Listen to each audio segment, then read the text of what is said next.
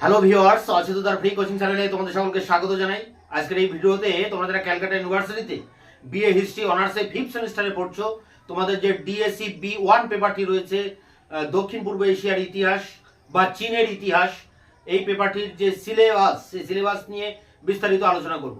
দেখো, এর আগে তোমাদের যে অন্যান্য পেপারগুলো রয়েছে CC 11, 12 এবং ডিএসসি A1 অর্থাৎ বাংলার ইতিহাস, এই পেপারগুলির যে syllabus, suggestion, previous question paper এবং শর্ট কোশ্চেন অ্যান্সার, এগুলো কিন্তু ইতিমধ্যে আমি চ্যানেলে আপলোড করে দিয়েছি।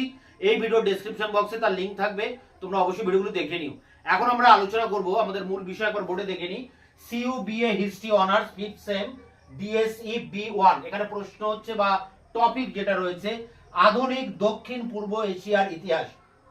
দেখো, দক্ষিণ পূর্ব এশিয়ার অনেক দেশ রয়েছে, ভারতও একটি দক্ষিণ পূর্ব এশিয়ার দেশ। এছাড়া মালয়, সিঙ্গাপুর, জাভা, ইন্দোনেশিয়া, এই সমস্ত দেশগুলোকে আমরা বলি দক্ষিণ পূর্ব এশিয়ার ইতিহাস। চীন এবং জাপানও পড়ে। তা আমাদের এখানে আলোচনা করতে হবে দক্ষিণ পূর্ব এশিয়ার ইতিহাস, বিশেষ করে চীনের ইতিহাস। চীনের ইতিহাসের যে সিলেবাস, সেই সিলেবাসটা নিয়েই আমরা আজকে ক্লাসে আলোচনা করব। তা দেখো, এখানে চীনের ইতিহাস আমাদের পড়তে হয় 1840 থেকে 1949 সাল পর্যন্ত। সালটা ভালো করে মনে করো, 1848 বা 40। 1840-এর পর চীনে আফিম যুদ্ধ শুরু হয়। এই আফিম যুদ্ধের ভিতর দিয়ে চীনে বৈদেশিক শক্তি, ইংল্যান্ড, ফ্রান্সের মতো সাম্রাজ্যবাদী শক্তিগুলি এখানে প্রবেশ করে। আর 1949 সালে মাও সেতুং এর নেতৃত্বে চীনে গণপ্রজাতন্ত্র প্রতিষ্ঠিত হয়। তাই এই আফিম যুদ্ধ থেকে শুরু করে গণপ্রজাতন্ত্র প্রতিষ্ঠার এই সময়, এই দীর্ঘ সময়টাকে ধরে রাখা আছে এই চীনের ইতিহাসে। তা দেখো, এখানে সিলেবাস তোমাদের দুটো পার্টে আলোচনা করতে হবে, কারণ এখানে গ্রুপ এ এবং গ্রুপ বি করা আছে। দেখো, এ এবং বি, এর ভিতরে আবার দুটো পার্ট আছে, 1 এবং 2। বির ভিতরে কোনো পার্ট নেই।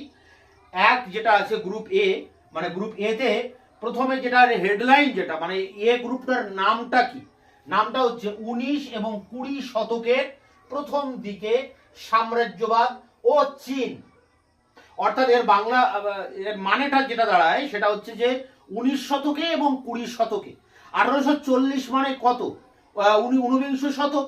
সেই 19 শতকে এবং 20 শতকেও, মানে 1900 সালের পরেও চীনে বিদেশি যে সাম্রাজ্যবাদী শক্তিগুলো, চীনে তারা প্রভুত্ব স্থাপন করেছিল। এই ইতিহাসটা আমাদের এই এ গ্রুপের 1 নম্বর মডিউলে পড়তে হবে, এবং এখানে চীনের উপরে কি প্রতিক্রিয়া হচ্ছে সেই বিষয়গুলো এখানে দেখতে হবে। দেখো, এখানে প্রথমে আমরা যেটা দেখব সেটা হচ্ছে চীনে সামন্তবাদ। চীনের সামন্তবাদ, সাধারণ মানুষ, আমলাতন্ত্র, কৃষক এবং কনফুসীয়বাদ, সেটা পরে আসছি। তাহলে চীনের যে সমাজ, চিরাচরিত চীনের যে প্রাচীন সমাজ, যে সমাজে রয়েছে সামন্ত প্রভু, মানে জমির অধিকারী যে জমিদার, সেই জমিদার রয়েছে। তারপরে রয়েছে আমলা, অর্থাৎ প্রশাসনিক আমলা, সরকারি কর্মচারী। এই সরকারি কর্মচারীদের বলা হয় জেন্ট্রি। চীনে কিভাবে জেন্ট্রি শ্রেণীর আবির্ভাব হলো, মানে বুর্জুয়া শ্রেণীর, এটাও একটা প্রশ্ন। চীনে যে কনফুসীয় শিক্ষা দীক্ষায় যারা শিক্ষিত হতেন তাদেরকে জেন্ট্রি বলা হয়। এরা সরকারি উচ্চ পদে এরা চাকরি করতেন, আর অনেক ভূ সম্পত্তির মালিক ছিলেন এই জেন্ট্রি। এছাড়া ছিল সাধারণ মানুষ এবং ছিল কৃষক, যাদের অবস্থা ছিল খুবই খারাপ, যা যুগে যুগে প্রতিটি দেশে এই একই রকম সিস্টেম।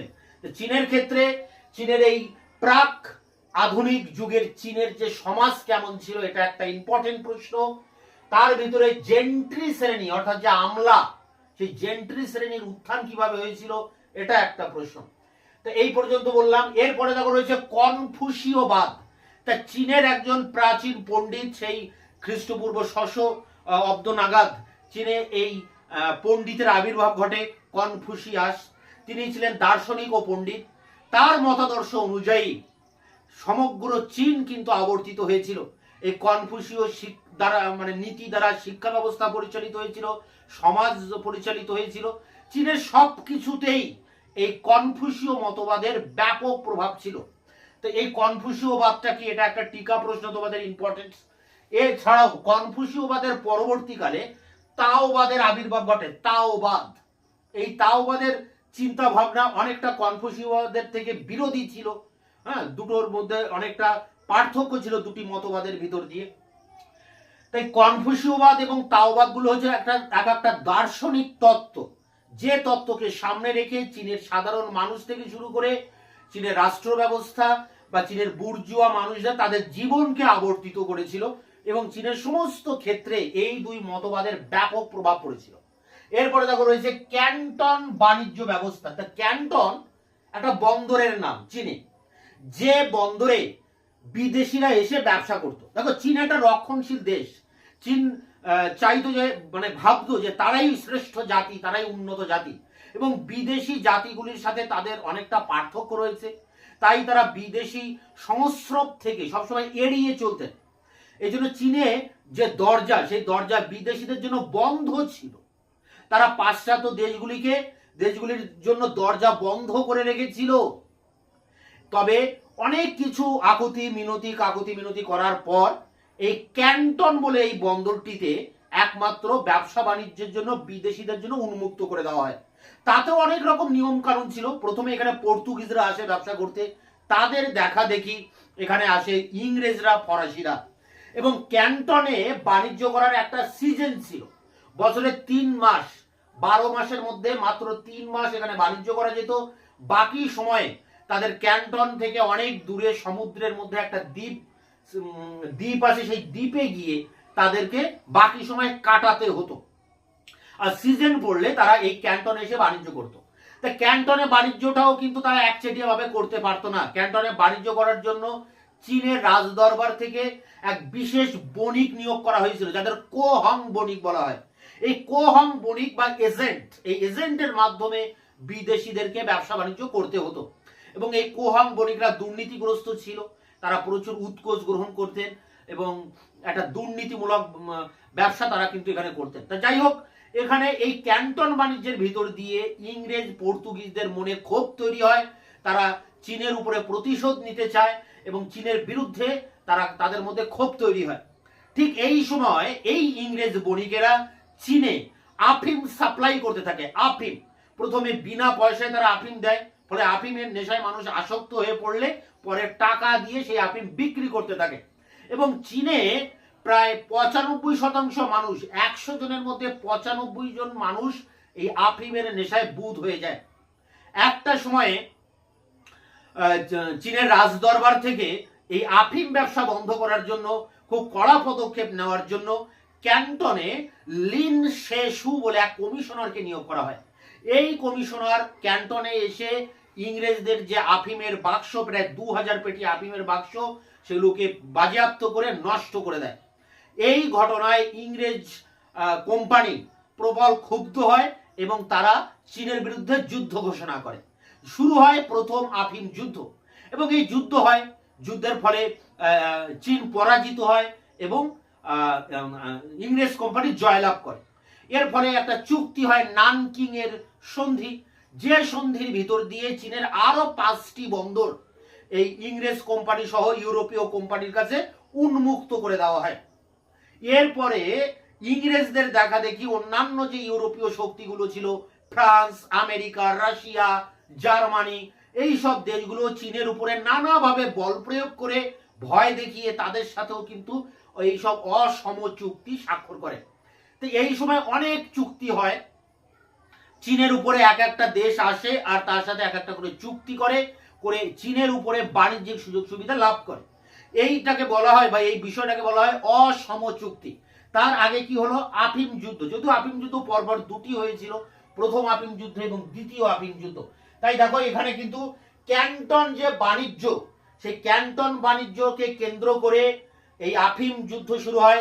আফিম যুদ্ধকে কেন্দ্র করে এখানে এই অসম চুক্তির আবির্ভাব ঘটে।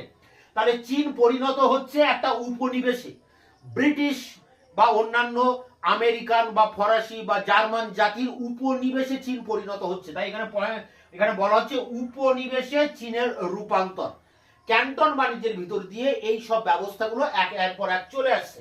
আফিম যুদ্ধ হচ্ছে, অসম চুক্তি হচ্ছে, এবং অর্থনৈতিক সাম্রাজ্যবাদ অর্থাৎ চীনের উপরে অর্থনৈতিকভাবে শোষণ শুরু হচ্ছে। ঠিক এই সময়ে চীনের বক্সাররা, মানে যারা চীনে বক্সার বলে একটা গুপ্ত সমিতি ছিল, শ্বেত পদ্মগুপ্ত সমিতি, এরা বক্সিং প্র্যাকটিস করত।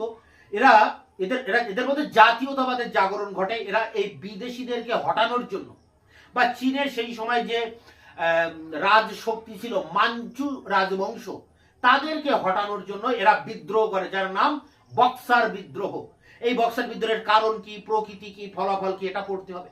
এই বক্সার বিদ্রোহের মূল লক্ষ্য ছিল ইংরেজ সহ যে ইউরোপীয় শক্তিগুলো ছিল চীনে, তাদেরকে চীন থেকে বহিষ্কার করা, পাশাপাশি মাঞ্চু রাজবংশকেও তার সিংহাসন থেকে হটিয়ে দেওয়া। কিন্তু একটা সময় বিদেশি শক্তিগুলো একজোট হয়ে এই বক্সারদেরকে দমন করে এবং স্বাক্ষর করে বক্সার প্রোটোকল। এই বক্সার প্রোটোকলের ভিতর দিয়ে বিদেশি শক্তিগুলো চেয়েছিল যে চীনকে ভাগ করে নিতে, যে যার মতো এক একটা অঞ্চল ভাগ করে নিতে। ঠিক এই সময় আমেরিকান প্রেসিডেন্ট ঘোষণা করেন বা তিনি দেখেন যে চীন যদি এরকম ভাগ হয়ে যায় বিভিন্ন রাষ্ট্রের ভিতর দিয়ে বা রাষ্ট্রের কাছে ভাগ হয়ে যায়, তাহলে চীনের যে সার্বভৌমিকতা বলে কিছু থাকবে না এবং চীন দেশ বলেও কিছু থাকবে না। চীনের একটা এবং দক্ষিণ পূর্ব এশিয়ায় একটা রাজনৈতিক জটিলতা সৃষ্টি হবে। এই কারণে এই ভাঙন, চীনের এই ভাঙনকে রক্ষা করার জন্য আমেরিকার তরফ থেকে মুক্ত দ্বার নীতি অর্থাৎ ওপেন ডোর পলিসি ঘোষণা করা হয়। বলা হয় যে চীনে দরজা এখন সবার জন্য খোলা, সব জাতিগুলো, বিদেশি জাতি এখানে এসে ব্যবসা বাণিজ্য করতে পারবে, স্বাধীনভাবে চলাফেরা বসবাস করতে পারবে এবং ব্যবসা বাণিজ্য করতে পারবে। চীনের দরজা আর বন্ধ থাকবে না, সবার কাছে উন্মুক্ত খোলা থাকবে। এই বিষয়টাকে বলা হচ্ছে মুক্ত দ্বার নীতি, অর্থাৎ চীনের দরজা মুক্ত করে দেওয়া হলো। এটা আমেরিকার তরফ থেকে ঘোষণা করা হয় চীনের ক্ষেত্রে। তাই মুক্ত দ্বার নীতিও তোমাদের একটা ইম্পর্টেন্ট টিকা এবার রয়েছে পরীক্ষার জন্য। এরপরে দেখো রয়েছে তাইপিং কৃষক বিদ্রোহ। চীনের কৃষক শ্রেণী দীর্ঘদিন ধরে শোষিত নিপীড়িত হচ্ছে এই মাঞ্চু রাজবংশের দ্বারা, এবং একটা সময়ে তারা আই হো কুয়ান বলে এক নেতার নেতৃত্বে তারা বিদ্রোহ করে। এই নেতা ঘোষণা করেছিলেন যে তিনি দৈব আদেশ পেয়েছেন একটা আলাদা রাজ্য তৈরি করার, যেখানে ধর্মরাজ্য প্রতিষ্ঠা করা হবে। এই আই হো চুয়ান বা আই হো কুয়ান ইনি কিন্তু খ্রিস্ট ধর্মের বিশ্বাসী ছিলেন বা খ্রিস্ট ধর্ম গ্রহণ করেন, এবং তিনি তার অনুগামী কৃষকদেরকে নিয়ে একটা তাইপিং রাজ্য তৈরি করেন। তাইপিং, এখানে কৃষকদের নাম তাইপিং। এই তাইপিং স্বর্গরাজ্য তিনি তৈরি করেন এবং নানকিং হয় তার রাজধানী। নানকিংকে কেন্দ্র করে এই তাইপিং রাজ্য বা কৃষকদের স্বর্গরাজ্য প্রতিষ্ঠিত হয়। যদিও তাইপিংরা বহুদিন রাজত্ব করে, কিন্তু একটা সময় এই তাইপিং রাজ্য মানে ভেঙে যায় এবং এই তাইপিং রাজ্যের অবসান হয়। তবে এই তাইপিং বিদ্রোহের কারণটা কি, এই তাইপিং বিদ্রোহের ফলাফল কি, এই তাইপিং বিদ্রোহের প্রকৃতি কি, এই কিন্তু পরীক্ষায় আসবেই। তা এটা নিয়ে আমরা পরে যখন সব কোশ্চেন অ্যান্সার আলোচনা করবো আরো ডিটেলসে বলবো। এখন কোন কোন বিষয় তোমাদের সিলেবাসে রয়েছে জাস্ট একটু তোমরা দেখে নাও।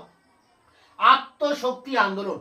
তা চীনের যে রাজ দরবার থেকে বা চীনে যারা বুদ্ধিজীবী তারা ভাবলেন যে এই যে চীনে বিদেশিরা এসে ঘাঁটি গেড়েছে, এ থেকে মুক্তির উপায় কি? মুক্তির একটাই উপায়, তাদেরকেও এই পাশ্চাত্য শক্তির সমকক্ষ হতে হবে, তাদেরকেও শক্তিশালী হতে হবে। শক্তিশালী হতে গেলে আগে নিজেদেরকে তৈরি করতে হবে, নিজেদেরকে তৈরি করা মানে আত্মশক্তির বিকাশ ঘটাতে হবে। তাই চীনে আত্মশক্তি আন্দোলন শুরু হয়, শত দিবসের সংস্কার শুরু হয় এবং চীনের রাজদরবার থেকেই, রাজ পরিবার থেকেই এই আত্মশক্তি আন্দোলন পরিচালিত হয়। এই আত্মশক্তি আন্দোলনের সময় চীনে একাধিক সংস্কার হয়, অর্থনৈতিক সংস্কার, প্রশাসনিক সংস্কার, শিক্ষা সংস্কার, সামরিক সংস্কার, একাধিক সংস্কার এই আত্মশক্তি আন্দোলনের এই পর্যায়ে কিন্তু সংগঠিত হয়। এরপরে দেখো তুংচি পুনঃপ্রতিষ্ঠা, পরীক্ষা আসবেই এই প্রশ্ন, তুংচি পুনঃপ্রতিষ্ঠা। দেখো জাপানের ইতিহাস তোমাদের পরের সেমিস্টারে পড়তে হবে, সেখানে একটা প্রশ্ন আছে বা হয় মেইজি পুনঃপ্রতিষ্ঠা। জাপানের ইতিহাসে মেইজি পুনঃপ্রতিষ্ঠা, চীনের ইতিহাসে মেইজি তুংচি পুনঃপ্রতিষ্ঠা, কথাটা শুনলে মনে হয় একই কিন্তু বিষয়টা আলাদা। জাপানে মেইজি পুনঃপ্রতিষ্ঠা, মেইজি মানে সম্রাট, সম্রাট তার ক্ষমতা ফিরে পান। সম্রাটের ক্ষমতা ছিল না এতদিন, তার প্রধানমন্ত্রী শগুন তিনি দখল করে নিয়েছিলেন, কিন্তু সেই শগুন তন্ত্রের পতন ঘটিয়ে সম্রাট তার ক্ষমতা ফিরে পান। জাপানের ইতিহাসে এই ঘটনাকে বলা হয় যে সম্রাটের ক্ষমতা পুনরুদ্ধার, অর্থাৎ মেইজি পুনরুদ্ধার। মেইজি মানে সম্রাট। কিন্তু চীনের ক্ষেত্রে এই তুংচি পুনঃপ্রতিষ্ঠার ব্যাপারটা একটু অন্যরকম। তুংচি হচ্ছে স্বয়ং সম্রাটের নিজের নাম। তুংচি সম্রাটের ব্যক্তিগত নাম। এই সম্রাট চীনের যে নানা রকম যে জটিলতা তৈরি হয়েছিল তা থেকে বেরিয়ে আসার জন্য তিনি একাধিক সংস্কার করেন, যেমন আত্মশক্তি আন্দোলনের পর্যায়ে আমরা বলছিলাম। ঠিক সেই রকম চীনের দীর্ঘদিন ধরে এই কনফুসীয় শাসন মানে যে আদর্শ সেটা ভেঙে পড়ে। চীনের রাজনৈতিক ক্ষেত্রে জটিলতা সৃষ্টি হয়, অর্থনৈতিক ক্ষেত্রে বিশৃঙ্খল পরিস্থিতি সৃষ্টি হয়, সামাজিক ক্ষেত্রে জটিলতা সৃষ্টি হয়। এইগুলো থেকে চীনকে মুক্ত করার জন্য তিনি একটা সংস্কার কার্যাবলী শুরু করেন, যে সংস্কারের ভিতর দিয়ে তার মূল কথা ছিল যে চীনের সার্বিক ডেভেলপমেন্ট, সার্বিক উন্নতি, সামগ্রিক উন্নতি। এই সামগ্রিক উন্নতি ঘটানোর এই যে প্রচেষ্টা সম্রাটের তরফ থেকে, এই বিষয়টাকে বলা হয় তুংচি পুনঃপ্রতিষ্ঠা। এই তুংচি পুনঃপ্রতিষ্ঠা পড়তে হবে, যে তুংচি পুনঃপ্রতিষ্ঠার অনেকগুলো পর্বের ভিতর দিয়ে হয়, যেমন 1860 থেকে 95 এই সময় চলে। হ্যাঁ, এই সময় অনেকগুলো সংস্কার হয়। 1898 চলে, 1901 থেকে 1908 পর্যন্ত চলে। মানে 3টি পর্যায়ে এই তুংচি পুনঃপ্রতিষ্ঠা বা সম্রাটের দ্বারা যে চীনের যে আমূল সংস্কার, এই সংস্কার কর্মসূচি চলতে থাকে। তো এই সব কিছু নিয়ে কিন্তু গ্রুপ এ এই পর্বে মূল ফোকাস কিন্তু এই বিদেশি সাম্রাজ্যবাদী শক্তির চীনে আগমন এবং তাকে কেন্দ্র করে তাইপিং বিদ্রোহ, বক্সার বিদ্রোহ, তুংচি পুনঃপ্রতিষ্ঠা, আফিম যুদ্ধ, ক্যান্টন বাণিজ্য, অসম চুক্তি, এই বিষয়গুলো আবর্তিত হচ্ছে এখানে। এর মধ্যে আরো কিছু কিছু বিষয় আছে। নজরানা পদ্ধতি, চীনের সম্রাটের সাথে দেখা করতে গেলে তাকে উপহার দিতে হতো বিদেশি শক্তিগুলোকে, এটাকে বলা হয় নজরানা পদ্ধতি। এই সব কিন্তু এর ভিতরে রয়েছে। এরপরে দেখো 2 নম্বর যেটা রয়েছে গ্রুপ এর 1 নম্বর যে মডিউল সেটা এতক্ষণ বললাম। এবার 2 নম্বর মডিউল দেখো চীনের জাতীয়তাবাদের উত্থান। অর্থাৎ চীনে এবার জাতীয়তাবাদের উত্থান হচ্ছে। কেন উত্থান হচ্ছে? এই বিদেশি শক্তিগুলির দ্বারা শোষিত নিপীড়িত হতে হতে চীনের মানুষদের মধ্যে জাতিসত্তার জাগরণ ঘটে। তারা যে চীনা জাতি, তাদের যে স্বাধীনতার দরকার, তারাও মুক্ত স্বাধীন, এই বিষয়টা তাদের মধ্যে কাজ করে এবং চীনে জাতীয়তাবাদের উত্থান ঘটে। এবং এক্ষেত্রে যিনি পথিকৃতের ভূমিকা নিয়েছিলেন, প্রত্যেকের পথ দেখিয়েছিলেন, তার নাম সান ইয়াতসেন। তিনি ছিলেন ডাক্তার সান ইয়াতসেন। তিনি রাশিয়াতে বাল্য জীবন অতিবাহিত করেন, এখানে পড়াশুনো করেন। ফলে রাশিয়াতে যে কার্ল মার্কসের নেতৃত্বে, লেনিনের নেতৃত্বে যে সমাজতন্ত্রবাদ প্রতিষ্ঠিত হয়েছিল, কমিউনিজমের প্রতিষ্ঠা হয়েছিল, তার প্রতি তিনি আকৃষ্ট হন এবং চীনে এসে, চীনে প্রত্যাবর্তন করে তিনি এখানে একটা সমাজতান্ত্রিক বিপ্লবের পরিকল্পনা করেন, এই মার্ক্সীয় আদর্শের দ্বারা পরিচালিত হয়ে। এবং সেই উদ্দেশ্যে 1911 সালে তিনি একটা বিপ্লব সংগঠিত করেন, যে বিপ্লবের ফলে চীনের যে রাজবংশ, মাঞ্চু রাজবংশ, সেই মাঞ্চু রাজবংশের পতন ঘটে এবং চীনে প্রতিষ্ঠিত হয় প্রজাতন্ত্র। তাই এই বিষয়টাকে বলা হয় 1911 সালের প্রজাতান্ত্রিক বিপ্লব। দেখো এখানে মডিউলে এখানে বলা হচ্ছে 1911 সালের বিপ্লব। এই বিপ্লবের নাম হচ্ছে প্রজাতান্ত্রিক বিপ্লব 1911 সালে। এই বিপ্লবের কারণ কি, প্রকৃতি কি, তাৎপর্য কি, এগুলো নিয়ে পরীক্ষায় প্রশ্ন আসবেই এই প্রজাতান্ত্রিক বিপ্লব থেকে। এবং তোমাদের যে সাজেশন আমি দিয়েছি, সেই সাজেশনে সান ইয়াতসেনের কি ভূমিকা এই প্রজাতান্ত্রিক বিপ্লবে, এটা ইম্পর্টেন্ট একটা প্রশ্ন। এরপর দেখো সান ইয়াতসেন, তার ভূমিকাটা কি। এখন সান ইয়াতসেন ক্ষমতায় প্রতিষ্ঠিত হন, অর্থাৎ চীনে রাষ্ট্রপতি হন 1911 সালে। রাজতন্ত্র আর থাকছে না, সেখানে প্রজাতন্ত্র প্রতিষ্ঠিত হচ্ছে, যার রাষ্ট্রপতি হচ্ছেন সান ইয়াতসেন। কিছুদিন পর এই সান ইয়াতসেনের যে শিষ্য ছিলেন একজন চিয়াং কাই শেক, তার সাথে তিনি ছিলেন সেনাপ্রধান। এটা মনে রাখতে হবে, মাঞ্চু সরকারের মানে আগে যে রাজবংশ ছিল মাঞ্চু রাজবংশ, তার প্রধান সেনাপতি ছিলেন এই চিয়াং কাই শেক। তাকে সাথে নিয়ে এই সান ইয়াতসেন চীনে প্রজাতন্ত্র প্রতিষ্ঠা করেন এবং কিছুদিনের মধ্যেই সান ইয়াতসেনের সাথে তার বিরোধ বাধে। তাই একটা সময় চীনের জাতীয় স্বার্থের কথা মাথায় রেখে সবার ভালোর জন্য এই সান ইয়াতসেন নিজে পদচ্যুত হন বা নিজে অপসারিত হন, নিজে ক্ষমতা থেকে সরে আসেন এবং রাষ্ট্রপতির পদ তুলে দেন চিয়াং কাই শেকের হাতে। এই ঘটনা কিন্তু খুবই উল্লেখযোগ্য একটা ঘটনা। এই সবই কিন্তু এখানে পড়তে হবে। এই চিয়াং কাই শেক থেকে ইউয়ান শিকাই বা প্রজাতান্ত্রিক বিপ্লব, এই সময় এই যে জাতীয়তাবাদের পাঠ বলতে এই অংশটা পড়তে হবে, কারণ চীনের জাতীয়তাবাদের প্রথম জাগরণ এই 1911 প্রজাতান্ত্রিক বিপ্লব, যেটা শান ইয়াতসেনের হাত ধরে হয়। তারপরে ইউয়ান শিকাই তিনি ক্ষমতায় আসছেন। ইউয়ান শিকাই মানে চিয়াং কাই শেক, যিনি এই শান ইয়াতসেনের একজন সহযোগী ছিলেন। এখন এই ইউয়ান শিকাই বা চিয়াং কাই শেক তিনি ক্ষমতায় আসার পর চীনের যারা কমিউনিজমের আদর্শে বিশ্বাসী, সাম্যবাদী আদর্শে যারা বিশ্বাসী, তাদের উপর উৎপীড়ন শুরু করে দেন। এই সময় 1905 নাগাদ বা এর পরবর্তীতেও আমরা দেখতে পাই যে এই সময় জাপান চীন আক্রমণ করে। সেদিকে নজর না দিয়ে তিনি বরং এই কমিউনিস্টদের উপরে উৎপীড়ন শুরু করেন। এই কমিউনিস্টদের থেকে উৎপীড়ন এর ফলে এই কমিউনিস্টদের যারা অনুগামী, সেই পিকিং বিশ্ববিদ্যালয়ের যারা ছাত্রছাত্রী, যারা অধ্যাপক, তারা এর বিরুদ্ধে আন্দোলন করেন। চৌঠা মে আন্দোলন, মে মাসের 4 তারিখে এই আন্দোলন হয় পিকিং বিশ্ববিদ্যালয়, যার নাম হয় চৌঠা মে আন্দোলন।